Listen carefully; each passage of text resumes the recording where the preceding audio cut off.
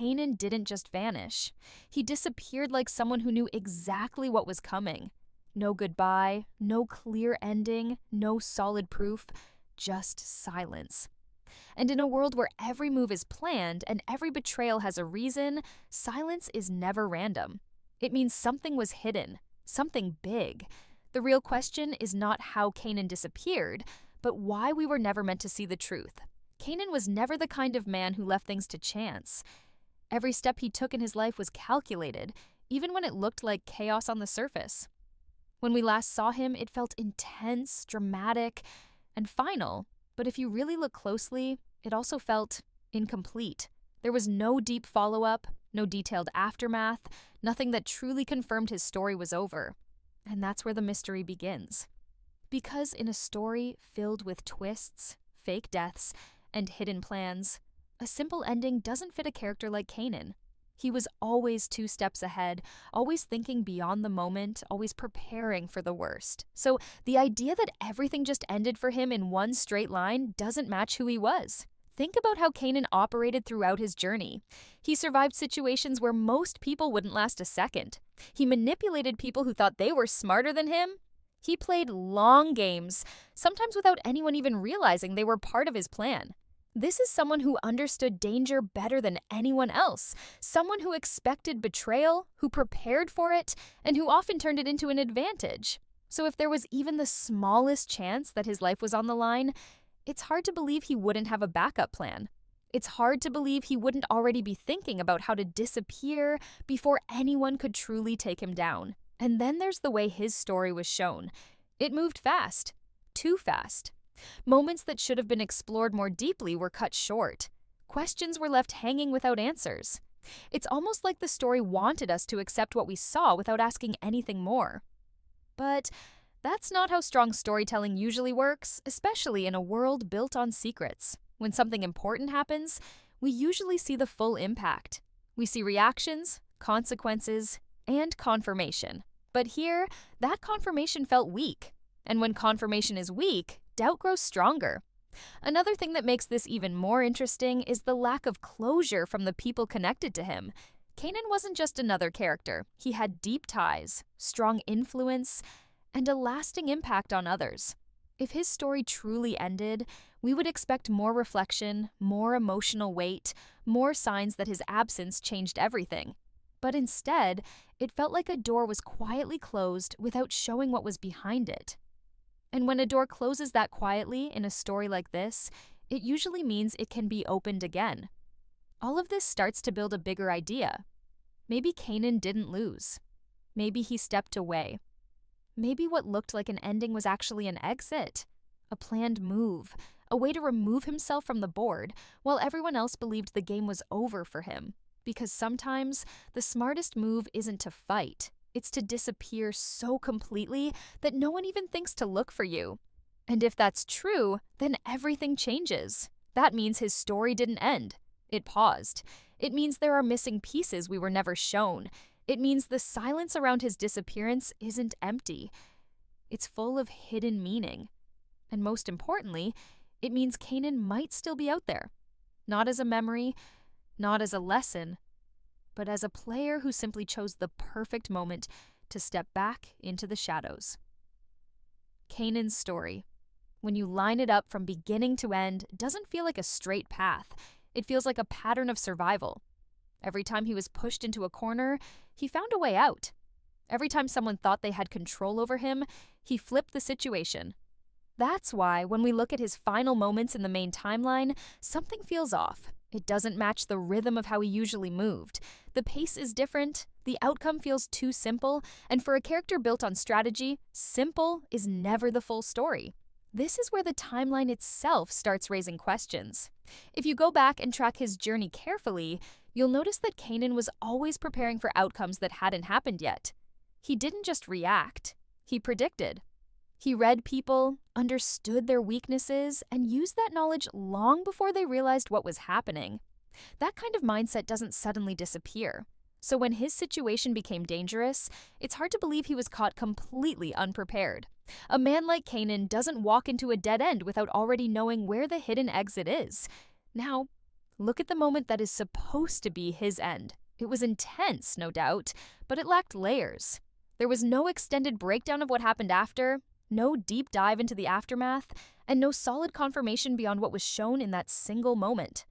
In a world where even small events get detailed follow-ups, this kind of quick closure stands out.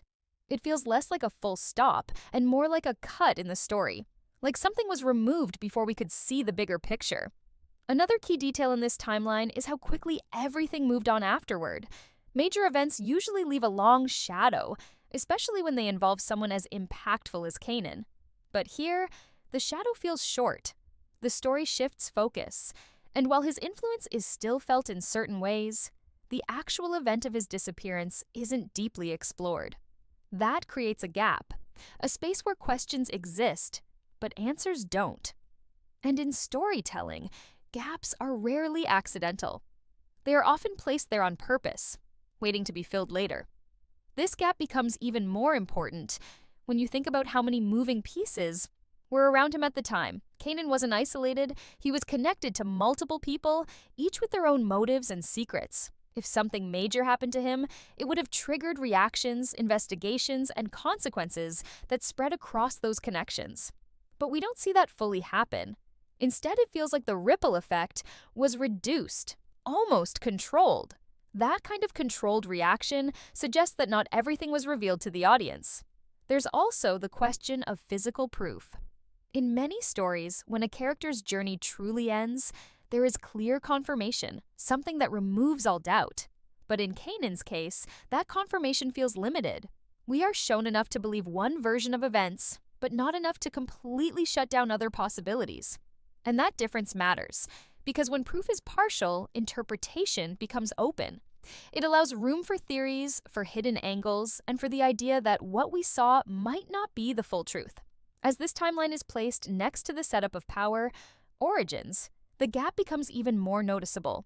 Prequel stories often revisit the past to explain things that didn't make sense before. They bring back details, expand on hidden moments, and sometimes even change how we see certain events. If Kanan's disappearance was truly simple and final, there would be nothing left to explore. But the existence of this gap suggests otherwise. It feels like a missing chapter, one that hasn't been shown yet, but could change everything once it is revealed. All of this points to one clear idea. Kanan's timeline doesn't close properly. It pauses. It leaves behind just enough detail to create a believable ending, but not enough to remove doubt. And in a story built on secrets, doubt is never accidental. It's a signal. A sign that there is more beneath the surface, waiting for the right moment to be uncovered. There is a strange silence that sits right in the middle of Kanan's story, and that silence is where the real mystery begins. It's not just about what happened, it's about what we were never allowed to see. When a story skips over important moments, especially after something major, it creates a hidden space. And in Kanan's case, that space feels too big to ignore. It's not a small missing detail, it's an entire stretch of time that feels like it was intentionally left out. If you pay attention to how stories like this are usually told, big events are followed by consequences. We normally see reactions from different sides, we see how the world shifts, and we understand how everything changes because of that one moment. But here, that pattern is broken. Instead of showing the full impact, the story moves forward quickly, almost like it's avoiding something. That kind of movement creates a feeling that something important was skipped, not because it didn't matter, but because it mattered too much to reveal too early. This missing stretch of time becomes even more important when you think about Kanan as a character. He was never careless. He didn't make moves without thinking ahead. Even when things looked out of control, there was usually a deeper plan underneath. So if there was a moment where everything seemed to fall apart for him, logic says there should also be a moment where he tried to regain control. But we never see that part. We don't see what he did in those final unseen moments. We don't see if he had time to react, to plan, or to escape. That absence creates a question that keeps getting louder. What really happened in the time we didn't see? Another detail that stands out is how clean everything feels after his disappearance. It's almost too smooth. In a world filled with chaos, revenge, and unfinished business, things don't usually settle that quickly. There are always loose ends, people asking questions, or consequences that keep spreading. But in this case, it feels like those loose ends were quietly tied up without being shown. And when something is cleaned up that neatly, it often means someone was controlling the situation from behind the scenes. This brings attention to the idea that Kanan's disappearance might not have been a sudden event, but a planned transition. Not something that happened to him, but something he prepared for. If he saw danger coming, and based on his past, he almost always did, then it makes sense that he would have created a way out long before anyone else realized what was happening. That way, out wouldn't be obvious. It wouldn't be loud or dramatic. It would be quiet, hidden inside a moment that looked like the end, but wasn't. The gap also changes how we look at everything connected to him. When a key piece of a story is missing, it affects every other piece around it. Conversations, actions, and even small details can take on new meaning once that missing part is revealed. What once looked simple can suddenly feel layered. What once felt final can start to feel like a setup. And in Kanan's case, this missing stretch of time has the power to reshape how we understand his entire journey. There's also a deeper storytelling reason for leaving a gap like this. Sometimes, writers don't show everything because they want the audience to question what they've seen. They want people to look closer, to notice details they might have missed, and to build their own theories. This keeps the story alive even after it moves forward. It creates a sense that the past is not fully closed, that something important is still waiting to be uncovered. And with Kanan, that feeling is stronger than ever. When you step back and look at it all together, the gap doesn't feel like an accident. It feels placed. Like a hidden door in the middle of the story, closed for now, but not locked. Everything around it points to something unfinished, something unresolved. And until that missing piece is revealed, Kanan's disappearance will never feel complete. It will always feel like a moment that was shown on the surface, while the real story remained just out of sight, waiting in the space we were never allowed to see. When you start looking closely at the small details left behind, the story begins to feel less like a clear ending and more like a trail of hidden signals. These are not loud or obvious clues. They are quiet moments, short lines, and subtle choices that don't stand out at first. But once you notice them, they start connecting in a way that feels intentional. Kanan's story is filled with these kinds of details, and when you put them together, they don't point to a simple conclusion. They suggest something deeper was always in motion. One of the most important patterns is how Kanan talked about survival. He never believed in clean endings. For him, there was always another move, another way out, another chance to flip the situation. This mindset wasn't something he showed once or twice. It was part of who he was. So when the story suddenly presents a moment that looks final, it clashes with everything we've learned about him. A man who always thinks ahead doesn't suddenly stop thinking. A man who prepares for danger doesn't walk into it blindly. That contrast alone feels like a clue. There are also moments in the story where Kanan's actions seem to have more meaning than what's shown on the surface. Certain decisions he makes don't fully pay off right away.